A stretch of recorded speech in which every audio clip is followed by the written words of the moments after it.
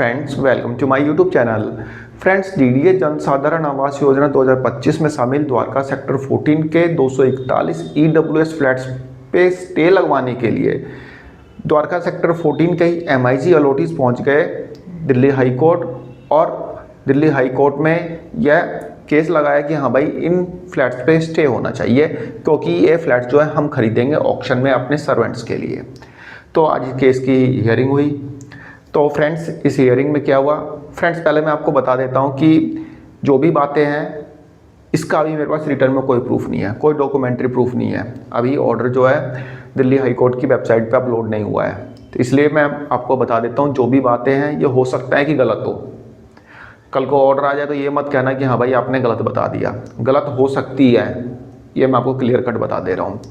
तो क्या बातें हुई ये मैं बताता हूँ। फ्रेंड्स, वहाँ पे जो मतलब एमआईजी के वकील साहब थे, उन्होंने बोला कि भाई द्वारका सेक्टर 19B में भी तो आपने रिजर्व किए हैं, मतलब स्टे लगाए हैं। 50% फ्लैट्स जो है वहाँ के लग्जरी जो अलॉटीज़ हैं उनको दे दिए गए हैं। तो ये फ्लैट्स भी हम लेंगे, मतलब 50% ईडब्ल्यूएस फ्लैट्स हम ले लेंगे, मतलब कि एमआईजी और एलआईजी वाले ले लेंगे। तो भाई जज साहब ने डीडीए के वकील से पूछा, हाँ भाई क्या बात है, बताओ क्या हुआ, इस पे आप कुछ बोलेंगे। तो वकील साहब ने बोला डीडीए के कि भाई हम ईडब्ल्यूएस फ्लैट्स पे लगभग 20% का डिस्काउंट देते हैं, एलआईजी फ्लैट्स पे लगभग 15% का डिस्काउंट देते हैं और एमआईजी फ्लैट्स पे 10% का डिस्काउंट देते हैं। तो भाई जब हम डिस्काउंट पे इनको फ्लैट दे रहे हैं तो ये लग्जरी कैसे हो गए, ये लग्जरी कैसे हो गए। एचआईजी पे तो हम कोई डिस्काउंट नहीं देते। तो एमआईजी वाले वकील साहब भाई बोले कि कहाँ क्या बात करते हो यार, आप कोई डिस्काउंट देते हो हैं, एमआईजी को डिस्काउंट देते हो तो ये ऑक्शन में कैसे आ गए। तब भाई डीडीए का वकील साहब ने बोला कि जो बेस प्राइस हमने रखा था ऑक्शन के लिए वह 10% डिस्काउंट करके ही रखा था, तो इसलिए आप लोग लग्जरी में नहीं आते। डीडीए ने यहाँ पे क्लियर कट बोल दिया कि हाँ भाई ये फ्लैट्स जो है ईडब्ल्यूएस के लिए ही है और एमआईजी जो है मिडिल इनकम ग्रुप कोई लग्जरी ग्रुप नहीं है, लोअर इनकम ग्रुप कोई लग्जरी ग्रुप नहीं है, तो इसलिए आप लोग लग्जरी में नहीं आते। बल्कि 19B में जो एचआईजी वाले थे, सुपर एचआईजी वाले थे और पेंट हाउस वाले थे वो लग्जरी में आते थे, इसलिए 2013 की नोटिफिकेशन के अकॉर्डिंग उस पर रोक लगना ठीक है, वो फ्लैट्स उनको मिलने चाहिए थे तो वह दे दिए गए, लेकिन आप लग्जरी में नहीं आते इसलिए आपको नहीं मिलेंगे। तो जज साहब ने डीडीए के वकील से बोला कि देख लो, आप बता रहे हो 15% डिस्काउंट देते हैं एलआईजी पे, 10% देते हैं एमआईजी पे, तो ये रिकॉर्ड में होगा, रिकॉर्ड में डालेंगे हम ये चीज़। तो डीडीए वकील ने बोला हाँ भाई डाल दो, हम देते हैं, इसमें झूठ क्या है, गलत क्या है।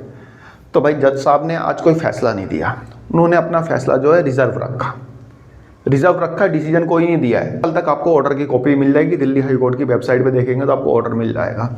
बाकी मैं आपको ऑर्डर जब आता है मैं आपको दिखा भी दूंगा। तो आज के केस में क्या हुआ ये सब चीज़ें आपको कल पता चल जाएंगी। तो फ्रेंड्स, यदि परसों क्या है डीडीए का ऑफ है, मतलब शनिवार है तो सैटरडे संडे छुट्टी होती है, तो यदि फैसला रिजर्व रखा गया है तो इसका मतलब कि सोमवार को ये flats first come first serve में आएंगे। ठीक है, यदि मेरी बात सही है तो, लेकिन इसमें कुछ भी अलग निकलता है। मैं पहले बता दे रहा हूँ, मेरे पास रिटर्न में कोई ऑर्डर नहीं है फिलहाल, तो फिलहाल रिटर्न में कोई ऑर्डर नहीं है।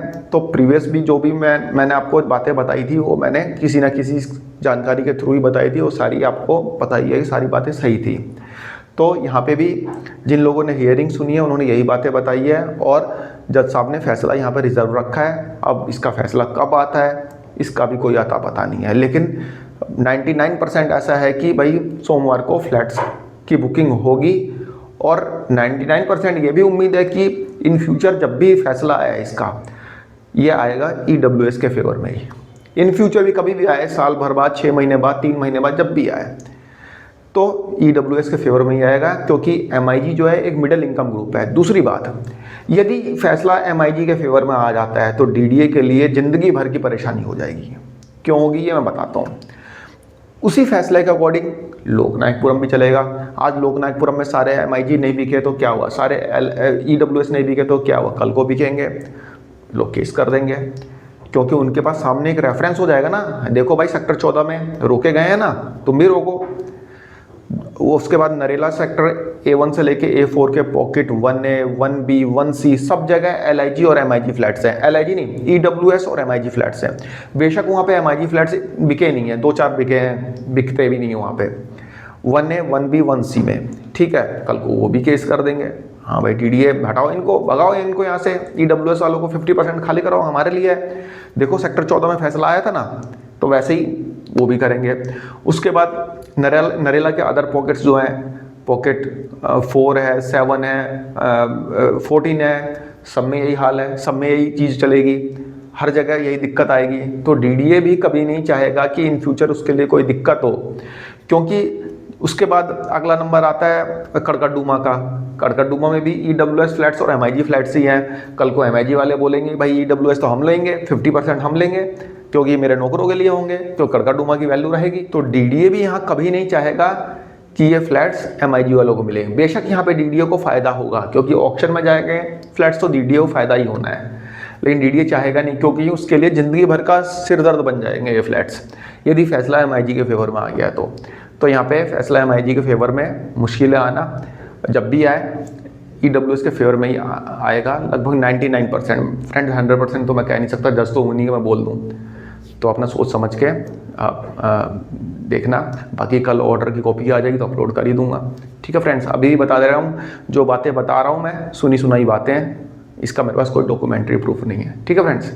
तो एक छोटी सी इंफॉर्मेशन थी, आई होप आपको पसंद आई होगी। धन्यवाद, नमस्कार।